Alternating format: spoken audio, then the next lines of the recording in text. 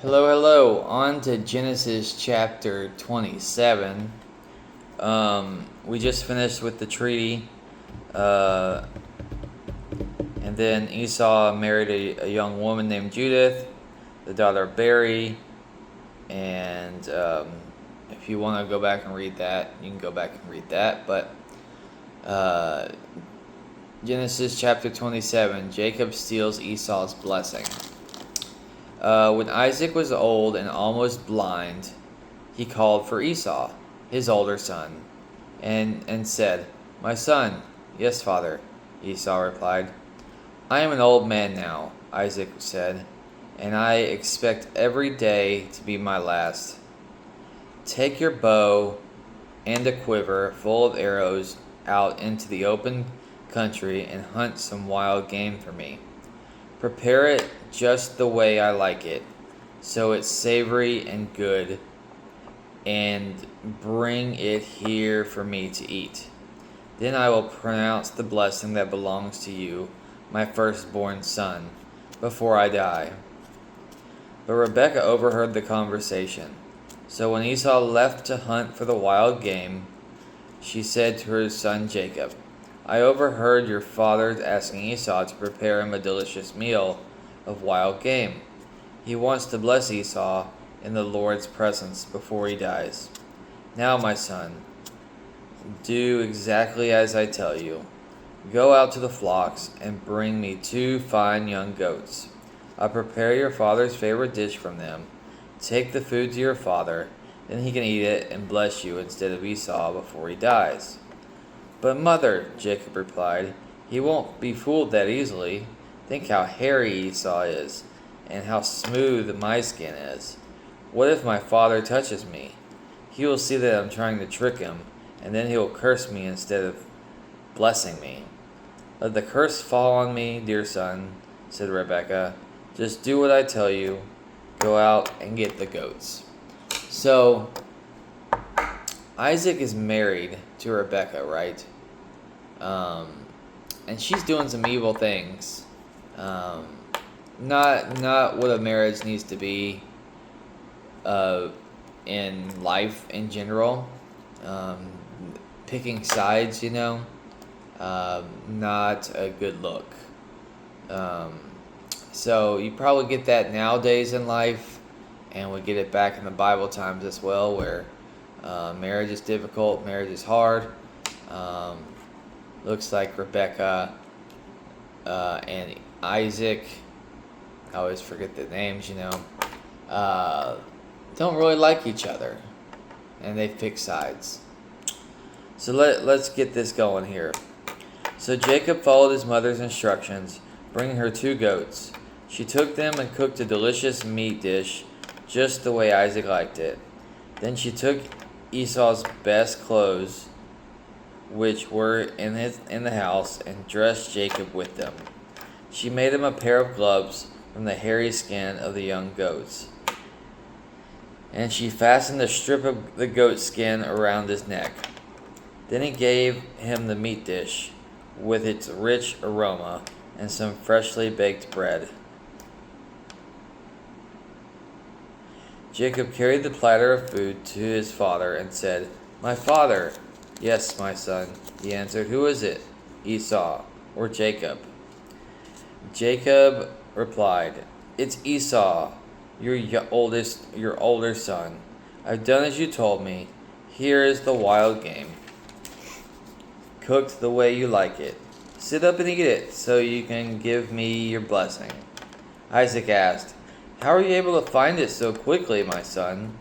"Because the Lord your God put it in my path," Jacob replied. Oof, dangerous.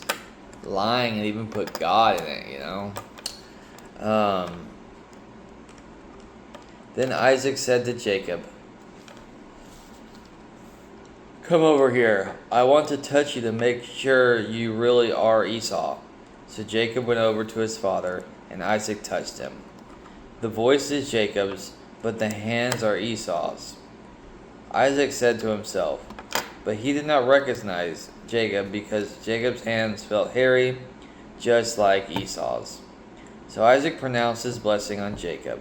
"Are you really my son, Esau?" he asked. "Yes, of course," Jacob replied. Then Isaac said, "Now, my son, bring me the meat. I will eat it, and then I'll give you my blessing." So Jacob took the food over to his father, and Isaac ate it. He also drank the wine that Jacob served. Then Isaac said, "Come here and kiss me, my son." So Jacob went over and kissed him. And when Isaac caught the smell of his clothes, he was finally convinced, and he blessed his son. He said, "The smell of my son is the good smell of the open fields that the Lord has blessed. May God always give you plenty of dew for the healthy crops, and good harvests of grain and wine. May many nations become your servants. May be your masters of your brothers.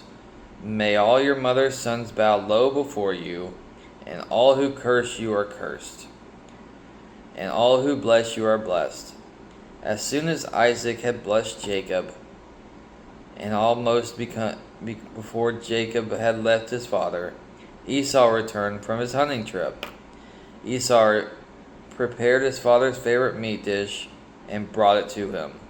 Then he said, "I'm back, father, and I have the wild game. Sit up and eat it so you can give me your blessing." So think about this. You think about nowadays, this is what I think when I hear Jacob, Esau giving the blessings to his son, when it's not really who it's supposed to be, and he's giving the Lord's blessings. It's like nowadays when you hear, "The Lord did this for me, the Lord did that for me," but in all reality, did the Lord do it, or was it just life happening? Or you say, "I prayed for this and it happened," but what if it wasn't God? What if it was just your thoughts? So that goes through my mind a lot, and when that happens, so you never know. I feel like you never know when actually God is tugging on you, because it may be you tugging on yourself. When God's telling you to sit still or whatever. So it's a slippery slope, which makes some people go crazy in life, this religion stuff. So keep that in mind. The people who are fully invested in church and the Bible and all of that stuff, this stuff can make people go crazy. Keep that in mind. But Isaac asked him, Who are you?" "Why, it's me, of course," he replied. "It's Esau, your older son." Isaac began to tremble uncontrollably and said, "Then who was it that just served me wild game? I have already eaten it and blessed him with an irrevocable blessing before you came." When Esau understood, he let out a loud and bitter cry. "Oh, my father, bless me too," he begged. But Isaac said, "Your brother was here and he tricked me. He has carried away your blessing." Esau said bitterly, "No wonder his name is Jacob, for he has deceived me twice, first taking my birthright and now stealing my blessing.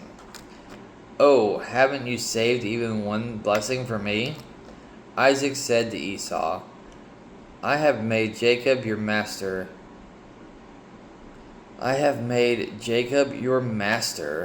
and have declared that all his brothers will be his servants. I have guaranteed him an abundance of grain and wine. What is there left to give?" Esau pleaded, Not one blessing left for me? Oh, my father, bless me too." Then Esau broke down and wept. His father Isaac said to him, "You will live off the land and what it yields, and you will live by your sword. You will serve your brother for a time, but then you will shake loose from him and be free." Jacob flees to Paddan-aram. Esau hated Jacob because he had stolen his blessing, and he said to himself, "My father will soon be dead and gone. Then I will kill Jacob." But someone got wind of that, of what Esau was planning and reported it to Rebekah. She sent for you. She sent for Jacob and told him, Esau is threatening to kill you. This is what you should do. Flee to your uncle Laban in Haran. Stay there with him until your brother's fury is spent. When he forgets what you have done, I will send for you. Why should I lose both of you in one day? Then Rebekah said to Isaac, I am sick and tired of these local Hittite women. I'd rather die than see Jacob marry one of them. We're going to stop there. We might recap a little bit because that story goes into chapter 28. But I'm getting so tired.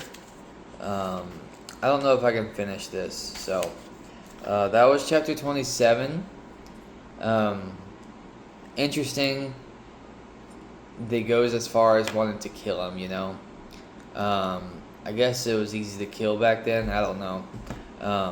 But they don't have God in their hearts, you know. Isaac had got a God in his heart. Abraham did. But I don't think the kids did. At least it doesn't talk about that. So that's the end of chapter 27. Stay tuned for chapter 28 soon.